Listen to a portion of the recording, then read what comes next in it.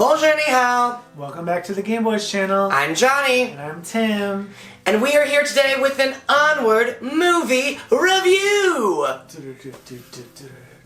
We actually, just moments ago, got back from seeing Onward, and this is our review. Alright, to start, what did you know about the movie and expect going into the film? I didn't see many trailers. I mean, there was like a couple in the beginning of movies, but I haven't seen a lot of TV spots for them. So I knew it was kind of like a kid's birthday. He turns 16 and then he gets, like, he finds something from his dad and he could, like, go end up meeting up with him for, like, a day.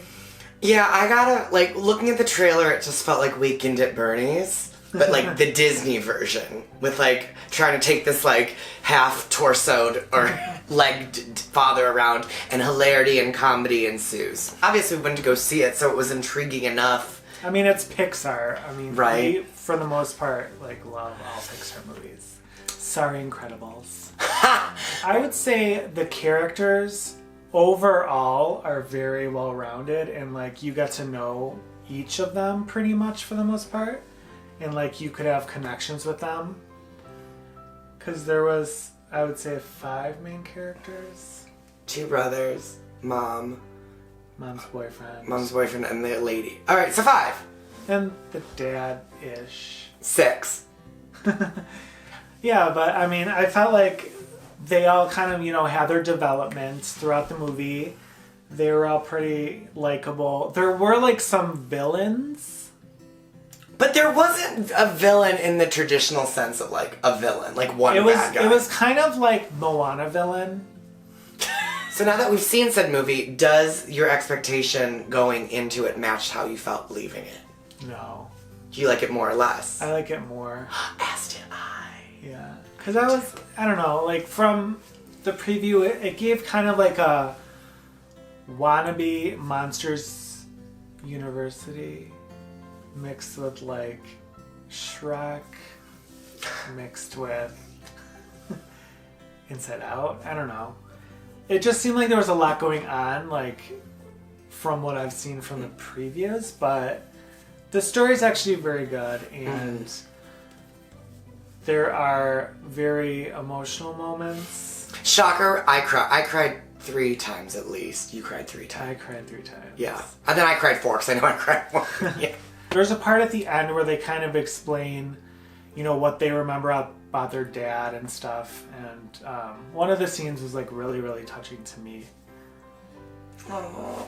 I leaned over and patted Tim because I knew he was going through it. No, it's really anybody who has parents, and I think that's what's so relatable about Pixar and Disney movies, is it's really cool that they're able to, like, tell a story. What were you most surprised by? I was most surprised that the mom had such a big part. Okay. Come on, Mom! Like, she seemed like she was kind of like in Monsters University. What's that guy's name? Well, the guy in the fraternity that has the mom, like, she's all, like, doing her laundry, like, I thought that's what she was going to be. But, like, she actually had a pretty, like, substantial part. Yeah. I was most surprised by the amazing themes of Dungeons and Dragons and D&D that permeate this movie, and it's, like, actually, like, a major just, like, through line and, like, I think influence. It's very important. Yes. It's just, like, thematically, it's like, oh, D&D. I was like, yes. Actually, also, the other thing I was surprised by was the social commentary on contemporary culture and technology versus, like, magic, and how, like, people don't use magic anymore because things got more easier with, like, light bulbs and light switches. But also, if you're not a fan of stuff like that, I'm not a fan, I feel like you would still like it, because it's kind of also, like, a little Harry Potter-y too, with some of, like, the spells and whatever. But, like, I don't really like Harry Potter either, but I still enjoyed it, so. You love a good quest story. Pixar just knows how to get you, and, like, they know how to tell a story, and then there's always little moments that everyone could relate to. And they're funny. It still keeps the Pixar funny. We laughed a lot too. And we're in a very crowded theater. It was like full of adults and children. Literally, the little girl behind us kept going, "Why is he sad?" A major thing to me in movies, especially Disney Pixar movies, is the soundtrack. This one I felt was a little bit lacking. There wasn't like, I don't know, the big like doo-doo-doos, or like there wasn't any original songs or like any kind of like music to help you ease into the story. There was like that one scene that was really sweet. There's like a dancing scene which is really sweet. Oh yeah. That was like music, but I don't know. That was a little lacking. And then the second part for me that could have been a little bit like more, I want to say silly.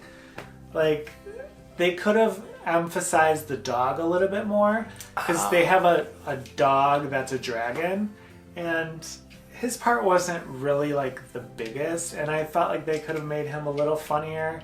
Where like, you know how Bruni in Frozen 2 is just like a breakout star. Like, he doesn't talk, but he's just like funny and cute and like does little things. Or like Pascal. Like that's what we were saying on the way home, that there was actually not a traditional sidekick. Although Pixar movies doesn't have it. Like I was just looking at the Funkos, and Inside Out doesn't have like a wacky sidekick.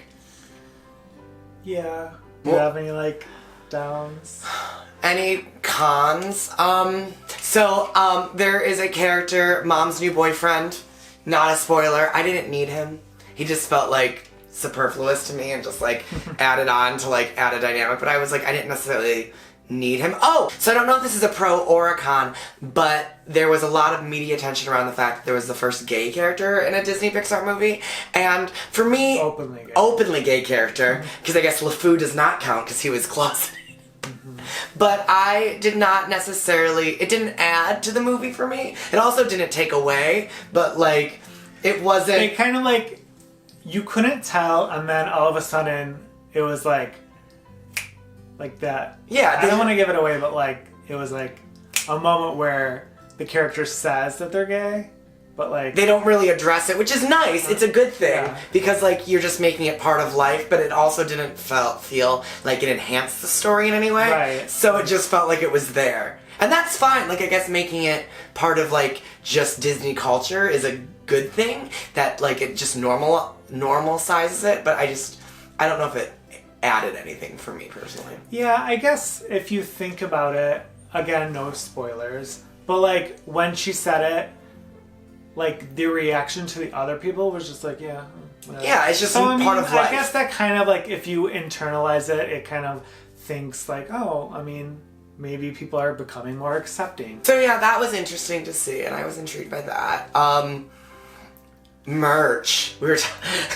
So on the way home, we swung by a drive-thru because we were hungry, and I decided to get a Happy Meal, and only because it was celebrating Onward. So this is the toy I got. It's a motorbike. If you see the movie, it'll make sense. But boom, it does that. Without giving anything away.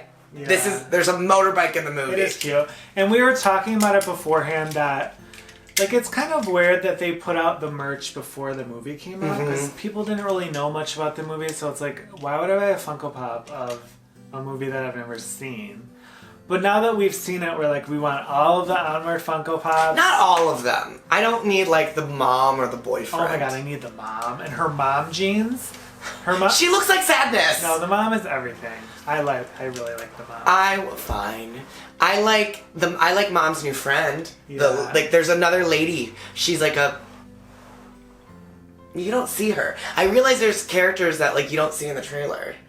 And so, like, I like the person that Mom hangs out with most of the movie, not her boyfriend. Yeah. Her friend.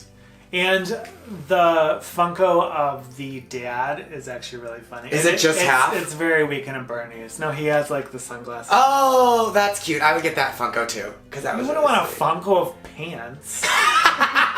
just a torso. No Funko head. That's so creepy. That might be an exclusive. Or a chase. The one other thing that I was pleasantly surprised by, that I liked that it was a story about two brothers, and I don't think Disney has done that ever and like use a two-male relationship. Yeah, it's always sisters. It's always sisters or women, and so I thought it was really cool that your two protagonists were men, and that was a really cool new dynamic to see that. And if you include the dad, then it's 3 people, so it's really just a dad and his 2 sons. Which, not having a brother, it was a very interesting new story for me, and I was excited by that new narrative that Disney put out in the world. Yeah, and you get to see their relationship, and like there's a few really sweet like flashback scenes. Right, of like this family together. And so it's just, I liked that it was a new story. Just like Inside Out was a new story, and just a lot of Disney movies are constantly pushing stories beyond like the traditional like archetypal stories. Mm-hmm. I would say, not to give anything away again, but the ending is a bit surprising for me. Yeah! Like, you don't see it coming, which is good. I mean, you could interpret that in many ways, so that's not a spoiler. But are you satisfied with the ending, ultimately? Yes, I was very satisfied.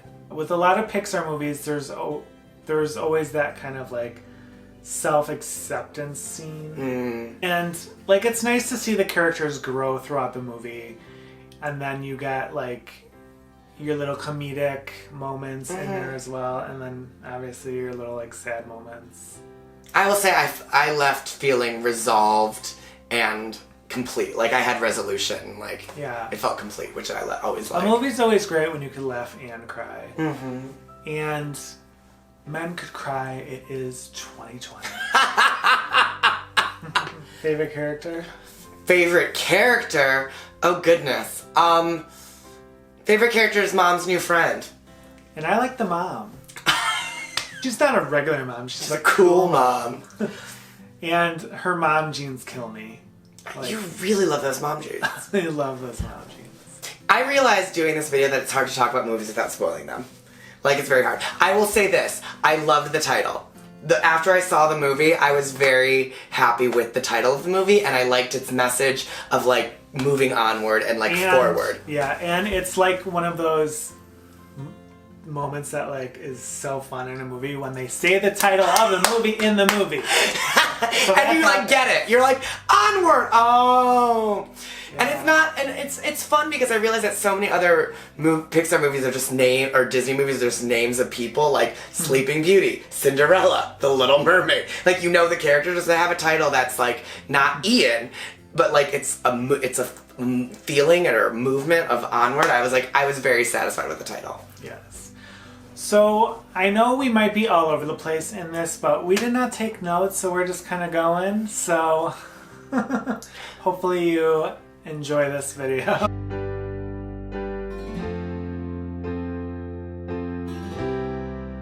And if you enjoyed this type of content and want to see more movie reviews from us, please comment below. And if you have seen Onward, please also comment below on what your thoughts are. Try to keep it spoiler-free so that other people can enjoy it just the same way we did. Yeah, and let us know who your favorite characters are, because I feel like there's a lot of good, different, dynamic ones. Yes! And if you enjoyed this video, please take a moment to give it a like. And if you're a subscriber, thank you so much for joining us today. And if you're not a subscriber and had a good time, we would love for you to consider hitting that subscribe button to be notified of future Disney movie reviews, Disney content, games, lifestyle, and pop culture. And until next time, take care. Bye. Go onward!